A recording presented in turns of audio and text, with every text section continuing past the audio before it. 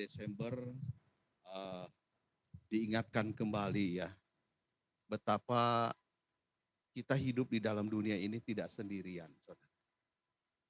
Apalagi di tengah-tengah situasi saat ini bencana, keadaan ekonomi yang tidak pasti, politik juga yang kadang-kadang bisa berubah, saudara ya. Tapi kita mengingat kembali di bulan Desember ini ada sahabat yang sejati, ada Tuhan yang menyertai kita, ada juru selamat yang tidak pernah membiarkan kita. Dia akan menolong kita. Ada gembala yang baik yang akan selalu menyertai domba-dombanya. Hari ini, saudara, kita memasuki uh, masa Advent yang kedua. Kita mau menyiapkan hati kita dan kita mau belajar lebih dalam lagi, saudara ya, tentang siapa pribadi Yesus Kristus yang turun ke dalam dunia ini. Ya, judul dari khotbah ini yaitu The Person Not the Concept, ya, atau seorang pribadi bukan konsep, saudara ya. Kita sudah membaca tadi dari Roma 1 ayat 1 sampai ayat yang ke-7. Saya tidak akan mengulang kembali, saudara ya, ayat-ayat ini. Namun saudaraku yang dikasih Tuhan, eh, kita akan belajar bersama-sama, saudara ya, melakukan eksposisi dari ayat-ayat ini, 7 ayat ini betapa dalamnya, saudara ya, yang disebut dengan Injil Kristus. Ya, siapa Injil itu, saudara ya? Apa Injil itu? Namun, saudaraku yang dikasih Tuhan, saya mau awali dengan quote seperti ini, saudara ya. Yaitu kekristenan bukan sekedar memahami konsep tentang Yesus, tetapi mengalami perjumpaan pribadi dengan Yesus yang hidup. Saudara, kita tidak belajar tentang konsep, tentang teori ya. Tetapi kita mau berjumpa, mengenal pribadi Yesus ini, saudara ya. Kalau kita cuma belajar konsep, seperti dulu, saudara ya, waktu saya remaja, karena saya bukan dilahirkan dari keluarga Kristen, saya belajar, saudara ya, banyak dari eh, agama-agama, kitab-kitab suci yang saya baca, saudara ya. Tetapi, saudara, itu saya hanya belajar konsepnya dan teorinya saja. Ya, oh ya, saya lupa belum mendoakan untuk anak-anak ya, dan kita berdoa syafaat ya. Maaf, kita masuk di dalam doa syafaat. Bapa yang baik, Bapa yang kami kenal di dalam nama Tuhan Yesus, kami berdoa Tuhan buat situasi dunia saat ini, khususnya Indonesia ya Tuhan. Di tengah-tengah banyak musibah, banjir, bandang, gunung Merapi yang meletus, juga ya Tuhan, kriminalitas, kemacetan, dan hal-hal yang gampang berubah ya Tuhan menjadi situasi yang chaos. Kami mohon anugerah-Mu Tuhan atas negeri ini. Kami mohon belas kasihan Tuhan supaya negara kami ya Tuhan boleh aman dan dalam perlindungan Tuhan. Biarlah Tuhan campur tangan dalam mengatasi bencana yang terjadi khususnya di Aceh, Sumatera Utara, Sumatera Barat ya Tuhan. Bahkan juga di Jawa Barat ya Tuhan, banjir di daerah Bandung, di daerah Sukabumi, juga ya Tuhan di Jawa Timur, Gunung Semeru yang meletus. Kami mohon Tuhan Engkau menghibur, menguatkan saudara kami yang mengalami ya Tuhan kehilangan, bahkan bukan hanya harta mereka, tetapi nyawa orang-orang yang mereka kasihi. Hiburlah mereka. Tolong juga supaya pemerintah kami bisa uh, cepat melakukan tindakan dan memberi pertolongan dalam mengatasi bencana ini ya Tuhan. Baik pemerintah pusat maupun pemerintah daerah. Tuhan ampuni juga ya Tuhan dosa kesalahan para pemimpin bangsa kami yang membiarkan ya Tuhan hutan dibabat dengan peraturan yang diberikan kepada mafia-mafia tanah. Mereka menebang pohon sesukanya untuk mengejar keuntungan bagi diri mereka.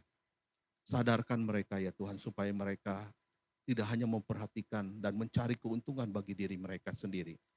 Tetapi mereka perlu juga ya Tuhan memberikan situasi, kondisi lingkungan alam ini ya Tuhan untuk generasi penerus. Sehingga mereka bisa menikmati ya betapa alam Indonesia ini indah dan kaya. Kami mohon Tuhan Engkau berkati ya Tuhan. Supaya Engkau campur tangan atas setiap masalah-masalah yang terjadi di negeri ini. Berkati juga pemberitaan firman-Mu di segala tempat saat ini ya Tuhan, di mana ibadah dilangsungkan di gereja-gereja Tuhan, baik di kota, di desa, dimanapun. Engkau berkati setiap hamba Tuhan yang memberitakan firman-Mu, berkati juga ya Tuhan jemaat-Mu yang beribadah. Biarlah setiap pujian kami, setiap firman yang kami renungkan menjadi makanan rohani kami. Sehingga kami yang lemah dikuatkan, yang susah dihiburkan, yang kami memiliki dasar iman yang kurang kuat juga boleh dikuatkan ya Tuhan, melalui kebenaran firman Tuhan. Dan juga mujizat-Mu boleh terjadi ya Tuhan, bagi mereka yang lemah sakit, disembuhkan oleh Tuhan. Kami percaya Tuhan Engkau tetap hidup dan berkuasa ya Tuhan sampai hari ini. Engkau juga yang memimpin masa depan daripada gereja-Mu di tempat ini ya Tuhan. Engkau yang sudah memulai dan Engkau yang akan terus mengembangkannya. Biarlah tempat ini menjadi rumah kediaman-Mu Tuhan. Rumah rohani bagi kami. Boleh bertumbuh di dalam iman kerohanian kami. Melalui pengenalan akan kebenaran firman-Mu. Dan terus Tuhan melakukan transformasi kehidupan kami, karakter kami diubah semakin hari serupa dengan Kristus. Jadikan kami menjadi orang Kristen yang dewasa, bukan orang Kristen yang lemah dan kanak-kanak ya Tuhan. Sehingga yang kami makan bukan lagi susu tetapi makanan yang keras. Tuhan, ajar kami untuk hidup kami memuliakan nama Tuhan sehingga menjadikan hidup kami bermakna ya Tuhan. Berkati juga ya Tuhan setiap majelis gereja kami. Berkati setiap pengurus bidang-bidang, berkati hamba Tuhan yang melayani. Berkati juga untuk panitia Natal kami yang sedang mempersiapkan Natal ya Tuhan. Beri kekompakan pada mereka. Terima kasih di dalam nama Tuhan Yesus Juru Selamat kami berdoa. Haleluya. Amin. Mari anak-anak boleh maju ke depan bersama dengan orang tua dan guru sekolah minggunya ya. Ayo. Ya.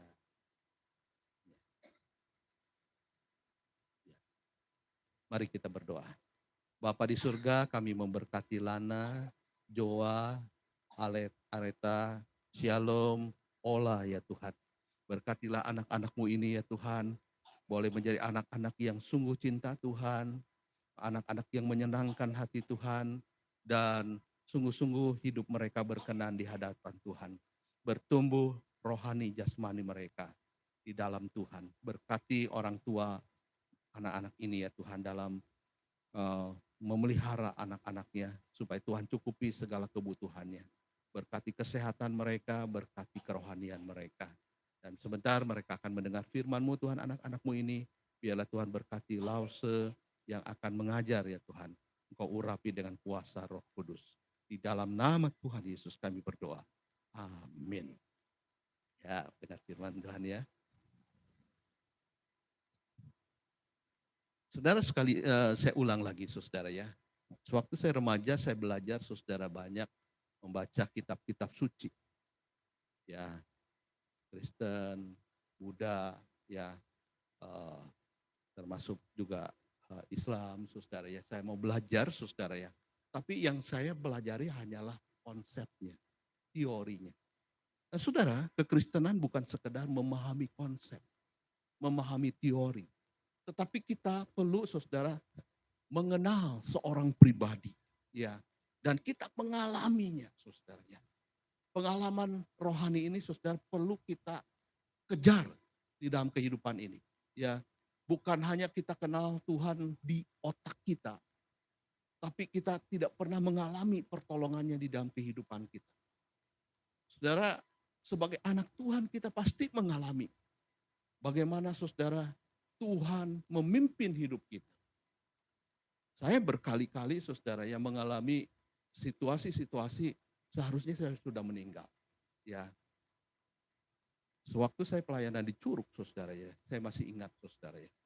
Waktu itu saya sedang naik motor habis pelayanan saudara ya. Ketika itu masih banyak pohon karet ya, tidak seperti sekarang sudah jadi kota, saudara ya, banyak perumahan. Nah saudara, hujan besar dan petir juga menggelegar saudara pas di atas kepala saya. Saya pikir mati saya, ya saya pasti mati, kena petir itu.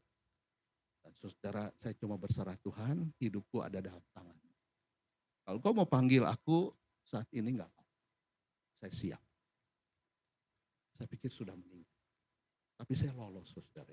Dan saya lihat pohon di samping saya itu kebakar saudara. Dari atas sampai ke bawah ya. Karena petir itu saudara. Yang begitu menyambar, begitu dahsyat. Waktu di Bandung juga saudara ya, usus buntu, saya mengalami usus buntu dan sudah pecah. Saya pikir saudara ya, kalau bukan anugerah Tuhan, pertolongan Tuhan, mungkin saya udah mati saudara. Tapi Tuhan sangat baik. Itu pengalaman yang saya alami. Dan saudaraku yang dikasih Tuhan, hidup dengan Tuhan, kita perlu mengalami pengalaman perjumpaan dengan Kristus itu saudara. Sehingga benar-benar saudara, yang kita pelajari bukan hanya konsep, bukan hanya teori. Nah, saudara, selanjutnya, menjadi Kristen adalah pilihan hidup yang disertai dengan kesadaran akan hak istimewa yang diterima oleh orang berdosa. Bukan karena kelayakannya.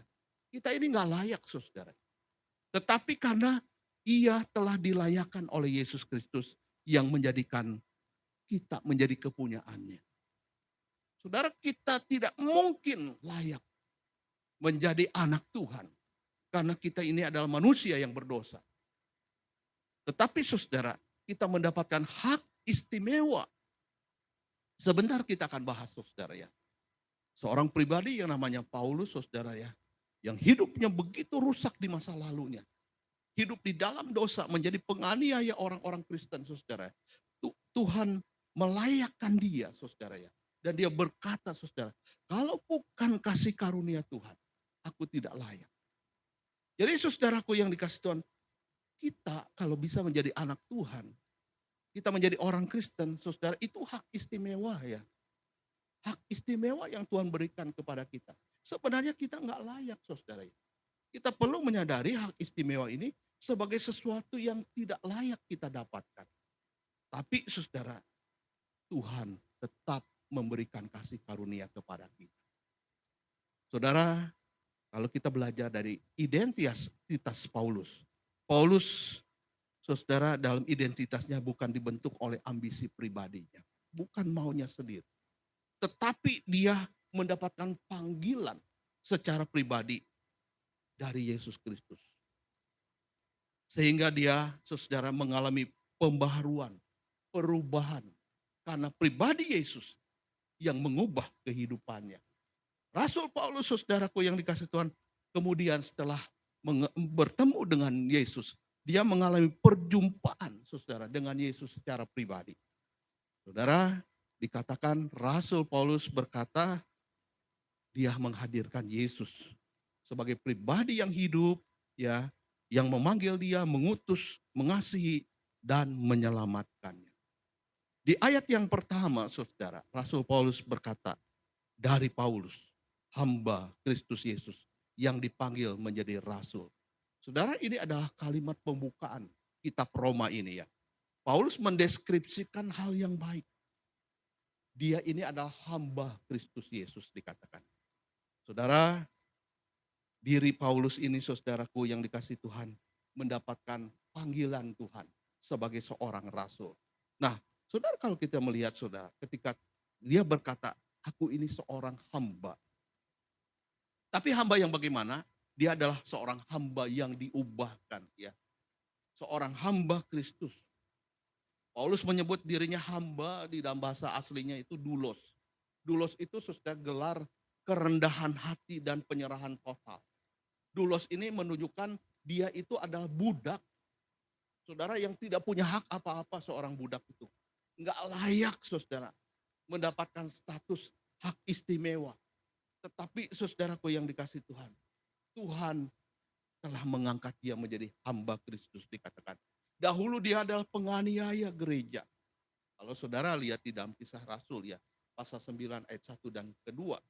Dia, saudara, bagaimana perbuatannya menganiaya orang-orang Kristen, masukkan mereka ke dalam penjara, saudara ya. Bahkan saudara ketika Stefanus dirajam dengan batu karena memberitakan Injil, Paulus pun juga ada di sana. Artinya dia menyetujui pembunuhan terhadap seorang misionaris, seorang hamba Tuhan yang bernama Stefanus. Tapi sekarang saudara, dia berubah. Tanda perubahannya total, saudara. Karakternya diubah oleh Tuhan. Identitasnya bukan lagi ditentukan oleh masa lalu dia yang gelap, tetapi kasih karunia Tuhan yang mengubahkan kehidupan. Saudara, seorang pria yang dulunya pemabuk berat ya, mendadak berubah setelah mengalami kasih Kristus. Ketika seseorang bertanya bagaimana dia bisa berubah secara drastis, dia menjawab, saya tidak bisa berubah karena kekuatan diri saya sendiri. Saya bisa berubah karena saya tahu siapa yang saya layani. Demikian juga Paulus. Rasul Paulus hidupnya berubah karena dia tahu siapa Tuhannya. Siapa Yesus Kristus. Paulus dipanggil menjadi rasul, saudara ya. Paulus tidak mengambil jabatan, ya, tetapi dia dipanggil. Ini adalah inisiatifnya Allah, bukan keinginan pribadinya. Sama seperti saya, saudara. Saya tidak pernah dari kecil bercita-cita jadi pendeta, ya. Tetapi saudara, panggilan Allah itu menuntun saya. Sampai Tuhan giring saya menjadi seorang pendeta. Paulus, saudara, tidak bisa lari dari panggilan Tuhan itu. Walaupun tadinya dia benci dengan agama Kristen. Dia benci dengan Yesus. Dia benci dengan para pengikutnya. Tetapi Tuhan panggil dia. Tuhan arahkan hidupnya. Mengenal juru selamat dunia. Dan akhirnya saudara, panggilan Allah itu menyertai dia dalam satu penugasan. Menjadi seorang hamba Tuhan. Menjadi seorang utusan Injil, saudara ya. Menjadi seorang yang dipakai Tuhan luar biasa. Perjanjian baru, kitab perjanjian baru, saudara ya. Itu sangat banyak tulisan-tulisan Paulus. Walaupun dia tulis, saudara, di dalam penjara. Makanya ada orang-orang berkata agama Kristen itu ciptaan Paulus. Bukan ciptaan Paulus, saudara. Tetapi saudara, Allah memakai hamba Tuhan ini, saudara, untuk memberitakan kabar baik, kabar sukacita. Saudara, seorang duta besar tidak dapat mewakili dirinya di suatu negara, di negara lain. Tetapi dia membawa mandat negaranya. Demikian juga Paulus. Paulus, saudara, membawa mandat kerajaan Allah setelah dia diselamatkan. Bukan agenda pribadinya. Dulu mungkin dia bawa agenda pribadinya. Menganiaya, menangkap orang Kristen sebagai satu prestasi, satu kebanggaan. Ya. Ada orang, saudaraku, yang dikasih Tuhan merusak rumah ibadah dengan nama Tuhannya. Saudara, itu yang dilakukan oleh Paulus dulu, saudara ya. Dia memiliki ambisi pribadi sehingga dianggap pahlawan. Dianggap seorang yang hebat, saudara ya. Tetapi saudara, Tuhan menangkap dia. Tuhan akhirnya memanggil dia.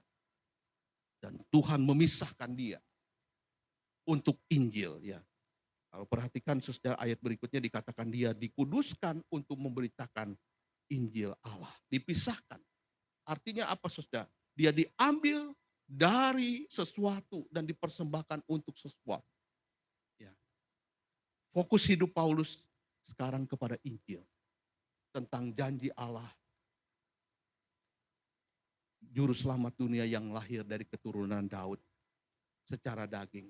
Bentar lagi kita merayakan Natal, saudara ya. Bahwa Mesias itu, juru selamat itu, secara manusia lahir dari keturunan Daud. Dan anak Allah itu berkuasa, saudaranya.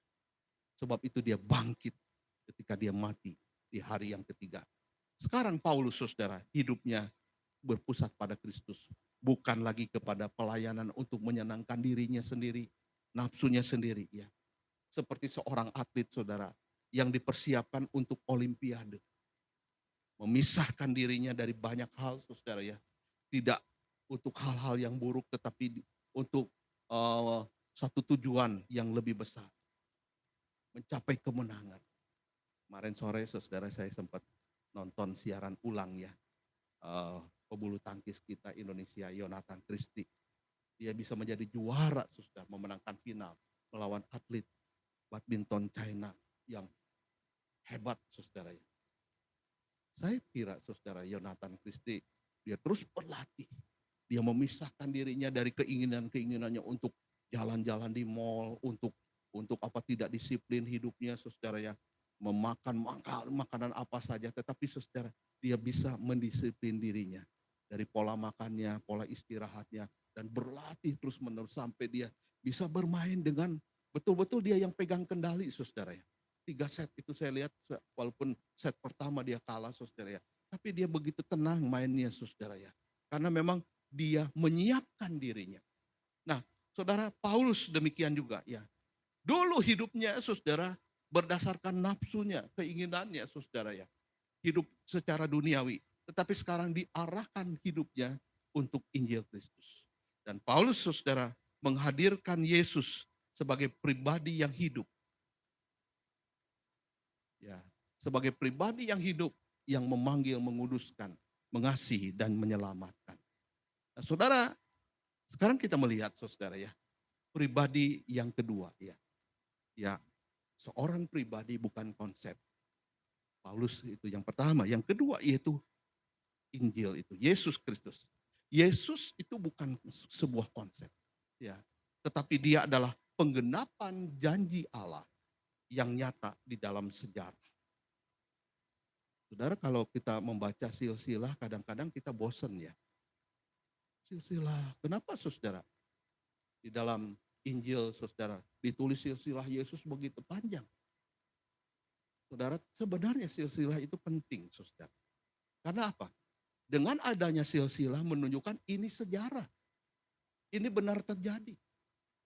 Dari keturunan siapa? Saudara, kita juga ada saudara. Ada silsilahnya bukan? Coba kalau cerita-cerita legenda, enggak ada silsilahnya saudara ya. Ini bisa diurut saudara sampai puluhan generasi. Silsilah kelahiran Yesus Kristus. Begitu jelas saudara ya. Yesus bukan konsep saudara. Banyak orang mengenal Yesus hanya sebagai konsep. Tokoh agama, tokoh sejarah, tokoh moral saudara ya. Figur agama. Namun Rasul Paulus saudara di dalam kitab Roma ini menghadirkan Yesus sebagai pribadi yang memanggil dia, mengutus dia, mengasihi dia dan menyelamatkan. Apa itu Injil? Saudara ya. Dijelaskan saudara bahwa Injil Allah itu saudara adalah Yesus Kristus. Ya. Di dalam Roma pasal 1 ayat 2 sampai ayat yang keempat ini saudara jelas sekali dikatakan Injil itu telah dijanjikannya sebelumnya dengan perantara nabi-nabinya dalam kitab-kitab suci tentang anaknya yang menurut daging diperanakan dari keturunan Daud dan menurut roh kekudusan dinyatakan oleh kebangkitannya dari antara orang mati bahwa ia adalah anak Allah yang berkuasa, Yesus Kristus, Tuhan kita. Saudara, dikatakan Injil Allah. Injil itu adalah Injil Yesus Kristus.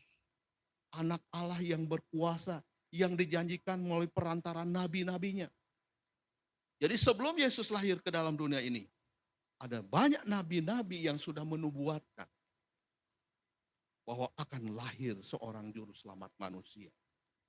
Dia akan menjadi Allah menjelma menjadi manusia. Dia akan bangkit pada hari yang ketiga.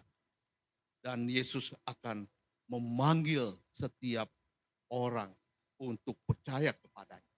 Termasuk memanggil Paulus sebagai rasulnya. Saudaraku yang dikasih Tuhan, kalau ada seorang anak kecil ya, melihat foto ayahnya di dompet ibunya. Lalu anak ini berkata, ini ayahku. Namun saudara, foto itu tidak dapat memeluknya. Ya, karena itu foto. Walaupun dia katakan ini ayahku. Dan dia berbicara kepada foto itu, Papa, saya sayang sama kamu. Papa, saya rindu sama kamu. Tapi saudaraku yang dikasih Tuhan, foto itu hanya representasi. Ya, bukan kehadiran ayahnya yang sesungguhnya. Foto itu hanya gambar. Nah, banyak orang beriman, saudara, kepada foto rohani. Ya, orang beriman, saudaraku yang dikasih Tuhan, kepada konsep tentang Yesus. Dia tahu. Dengar khotbah misalnya, oh saya udah tahu nih, nanti pendeta ini akan bahas apa, akan kemana larinya. Saudara, dia punya konsep, saudara ya. Tapi saudaraku yang dikasih Tuhan, yang lebih penting bukanlah konsepnya. Konsep penting, tetapi apakah kita mengenal Yesus itu secara pribadi dan secara nyata di dalam kehidupan kita. Karena Injil itu adalah, saudara, sebuah pribadi yang dinubuatkan, saudara ya. Dari masa ke masa, bahkan dari zaman Adam, waktu Adam dan Hawa jatuh di dalam dosa, Allah sudah menubuatkan akan lahir dari benih perempuan ini, dari keturunan Hawa, seorang juru selamat dunia yang akan menghancurkan iblis, yang akan mengalahkan iblis dengan kuasanya. Kepala ular itu akan dihancurkan. Dan itu terjadi, saudara, pada saat Yesus lahir ke dalam dunia ini. Saat Yesus mati di kayu salib, dia menghancurkan kepala ular itu, yaitu iblis. Iblis ditangkap dan dimasukkan ke dalam penjara, saudara.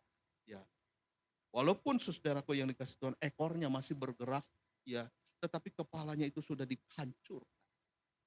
Ya, ekornya itu ya anggota-anggotanya lah, saudara ya.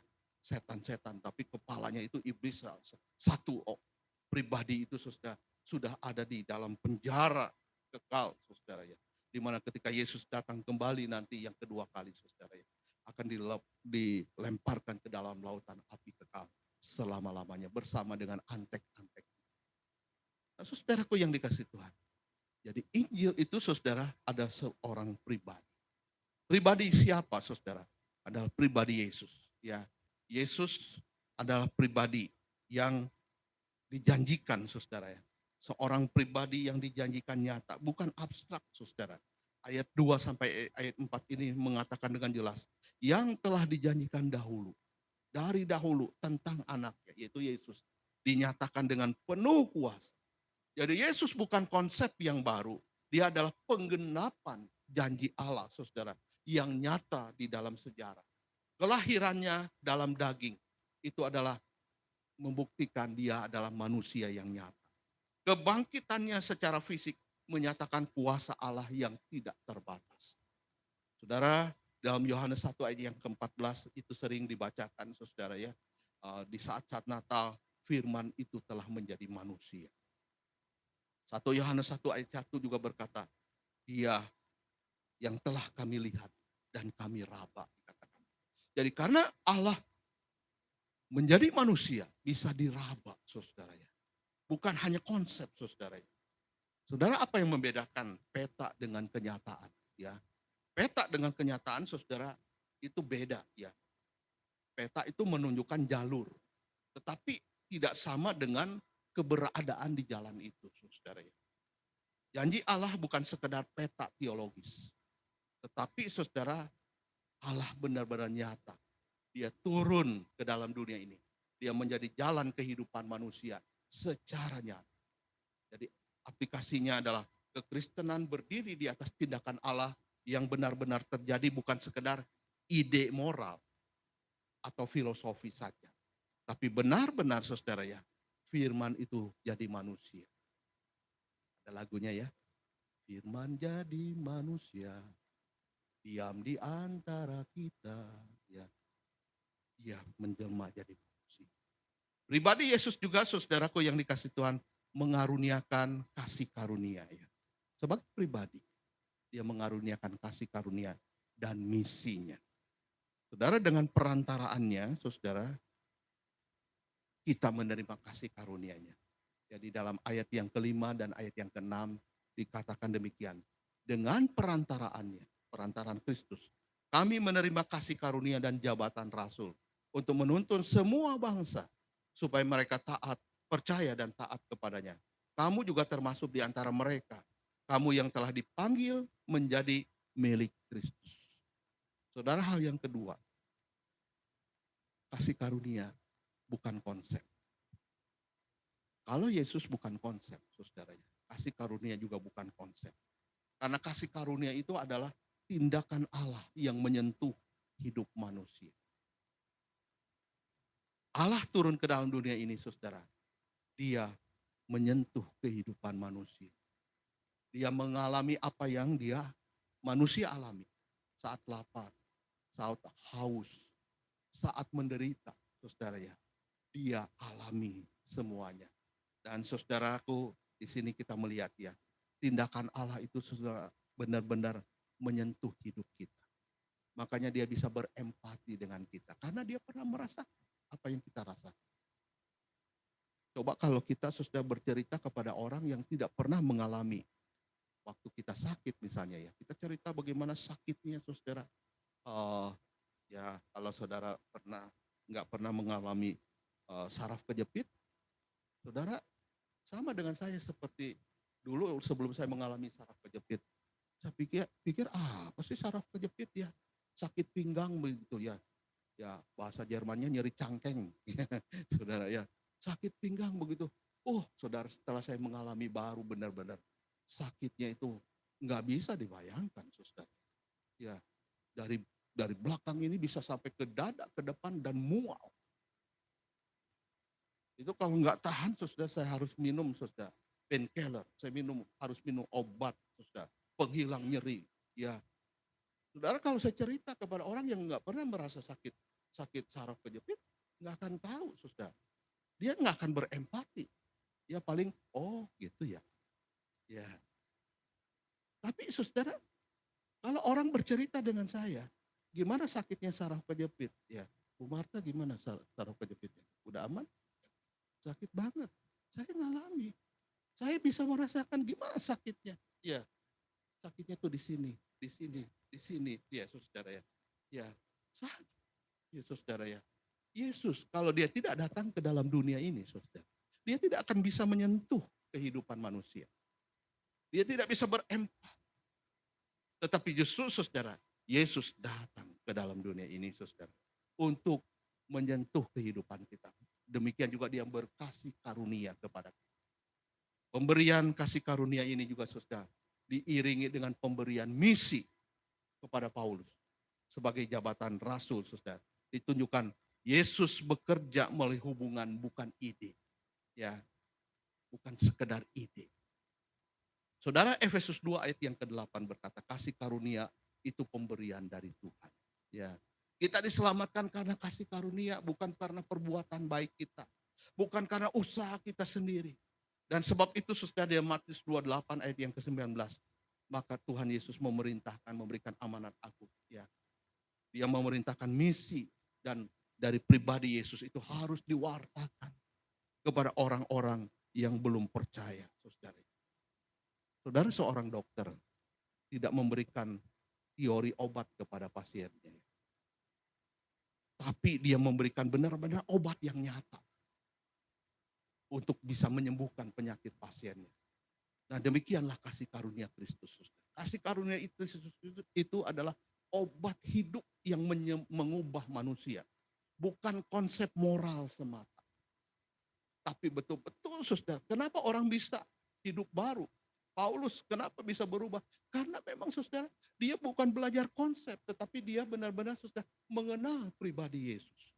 Mengalami kasih karunia Tuhan. Sehingga hidupnya berubah. Saya ingat saudara seorang pemuda di Malang ya. Yang sering kali saudara berbuat dosa, ya. Sering kali berselingkuh, berzina. Ya, biasanya dia lakukan perzinahan itu di sebuah hotel, saudara. Di hotel yang sama, berganti-ganti wanita. Satu kali berjumpa Tuhan. Dan dia berubah hidupnya. 180 derajat. Apa yang terjadi, saudara? Setiap kali saudara setelah dia berubah hidupnya, dia lewat hotel itu mual. Dia pengen muntah. Dia merasa jijik. Dia mengingat masa lalu dia itu. Betapa hidupnya kotor. Betapa hidupnya enggak sesuai dengan kemauan Tuhan. Sehingga dia merasa najis. Dan dia berusaha menghindari hotel itu, saudara. Berkali-kali mau lewat hotel itu. Dia nggak pengen kembali lagi. Nah saudara itu namanya pertobatan. Bertobat itu saudaraku yang dikasih Tuhan. Kita berputar balik. bukan 360 derajat. Kalau 360 derajat balik lagi ya saudara ya. 180 derajat. Dari kiri kita balik ke kanan saudara ya. Kita tinggalkan dosa kita. Karena kasih karunia Tuhan. Saudara, semua murid Kristus yang menerima kasih karunia. Yang mengubahkan dan kita memiliki tugas yang baru yaitu memberitakan Injil. Sesuai dengan panggilan kita masing-masing. Saudara yang terakhir, Yesus memanggil kita, saudara, mengasihi kita, dan memanggil kita menjadi miliknya. Di ayat yang ketujuh ya saudara, ayat terakhir. Dikatakan kepada kamu semua yang tinggal, yaitu jemaat maksudnya. Yang tinggal, jemaat di Roma yang dikasihi Allah. Yang dipanggil dan dikuduskannya. Bapak Ibu, Allah mengasihi di sini saudara memakai kata kerja aktif ya. Yang menunjukkan tindakan pribadi bukan abstrak. Dia betul-betul sudah melakukan tindakan yang benar-benar bukan abstrak. Tapi adalah tindakan yang nyata. Dia datang ke dalam dunia ini. Kita adalah umat kepunyaannya, bukan sekedar saudara pengikut suatu ajaran. Yesaya 43 ayat yang pertama dikatakan, setelah kita mengikut Yesus, menerima kasih karunia-Nya, kita ini menjadi milik kepunyaan Allah. Ya, engkau ini milik kepunyaanku, dikatakan di dalam Yesaya 43 ayat 1 ya. Sama seperti seorang suami. Dia tidak hanya berkata kepada istrinya, aku mencintaimu secara konsep. Ya, tetapi dia menunjukkan kasih melalui tindakan yang nyata kepada istrinya. Bukan hanya berkata di dalam mulut, di pikiran aja, saya mencintai. Tapi nggak ada tindakannya, saudara. Kasih itu, saudara, harus ada tindakannya. Demikian juga Allah. Saudara, Yesus benar-benar pribadi yang mengasihi dan memanggil kita. Jawaban yang tepat adalah, saudara, kita membangun relasi dengan Dia. Bukan hanya sekedar konsep pengetahuan. Ada lagu, saudara ya, ya mungkin minggu-minggu yang akan datang kita nyanyikan lagunya. Ku terhubung denganmu, selalu melekat di hatimu. Kita harus terhubung dengan Tuhan. Karena dia ada pribadi, saudara, bukan konsep, bukan pengetahuan. Sebagai pribadi dengan pribadi Allah dengan pribadi kita. Kita perlu memiliki hubungan. Sebagai kesimpulan, saudara ya, Roma 1 ayat 1 sampai ayat yang ke-7 mengajak kita. Yang pertama, Yesus memanggil setiap orang secara pribadi. Dia memanggil Paulus untuk menjadi rasulnya. Dia memanggil kita juga, saudara ya, di dalam anugerahnya, kasih karunia-Nya. Yang kedua, Yesus hadir ke dalam dunia ini sebagai sejarah bagi hidup kita. Dia benar-benar nyata. Dia mengaruniakan yang ketiga, kasih karunia dan misi. Ya, kita yang telah diselamatkan, ditugaskan untuk mewartakan kasih karunia ini, keselamatan di dalam Yesus Kristus. Yang keempat, Yesus mengasihi dan memanggil kita menjadi miliknya. Ya, seperti lagu berkata, hidupku bukannya aku lagi, tapi Yesus hidup dalamku. Yesus milik kita milik Dia. Jadi sekali lagi saudara, kekristenan bukan sekedar memahami konsep tentang Yesus, tetapi mengalami perjumpaan secara pribadi dengan Yesus yang hidup. Mari kita terus bangun saudara, setiap hari. Hubungan kita dengan Yesus. Ya, bukan sekedar di pikiran kita, tetapi relasi kita semakin intim dengan Dia. Kita mengalami pengalaman-pengalaman rohani di dalam kehidupan kita. Tuhan pasti membimbing kita. Di mana Dia ingin kita mengalami lebih dalam lagi Dia. Ya, lebih dalam lagi. Oh, rindu kau. Kita harus rindu lebih dalam lagi. Mengenal Dia. Seperti Rasul Paulus katakan, yang ku kehendaki adalah mengenal Dia. Dan kuasa penderitaan. Bahkan menderita sekalipun juga bersama dengan Dia. Tidak masalah. Sebentar lagi kita akan masuk perjamuan kudus. Saudara, perjamuan kudus ini mengingatkan kita, bukan saja Yesus mati bagi kita, tapi mengingatkan kita betapa berdosanya kita.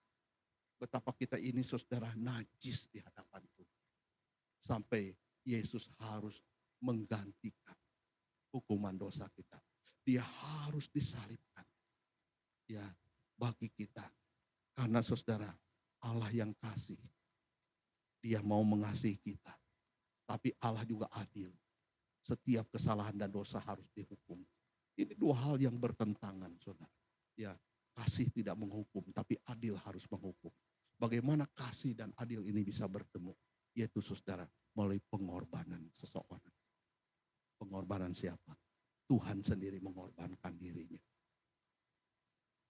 Untuk menghilangkan murka Allah. Allah sendiri harus menghukum dirinya. Dengan kematiannya di kayu salib. Seperti seorang ayah. Yang punya anak yang begitu nakal dan nakal. Bapaknya mau menghukum anaknya. Mau memukul anaknya. Tapi dia pukul dirinya sendiri. Sampai anaknya itu saudara nggak tahan. Kok papa menghukum dirinya sendiri? Aku yang salah. Kok papa memukul dan menghukum dirinya sendiri? Karena dia mencintai kita. Begitulah Tuhan. Dia datang ke dalam dunia ini. Menjelang Natal ini saudara. Kita diingatkan kembali. Betapa saudara anugerah Tuhan sangat besar. Dia menanti kita untuk datang kepada Tuhan. Menerima anugerahnya. Dan kita menjadi miliknya. Mari kita